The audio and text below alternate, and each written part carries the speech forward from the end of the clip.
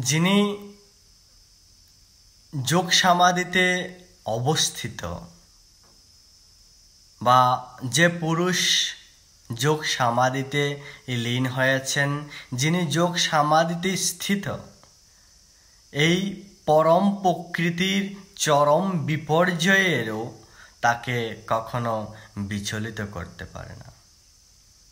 কারণ এই দুঃখ দুর্দশা সংযোগজনিত সমাজে তার কোনো অবস্থানই থাকেন না।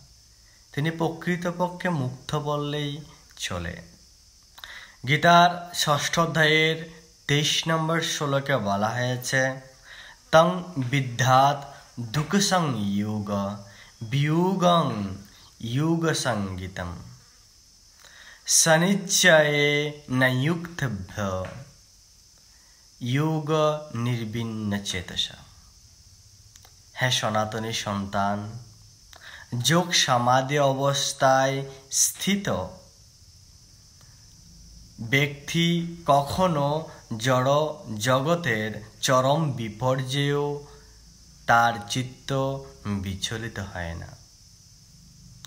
জড় জগতের সংযোগজনিত দুঃখ দুর্দশা থেকে এই হলো প্রকৃত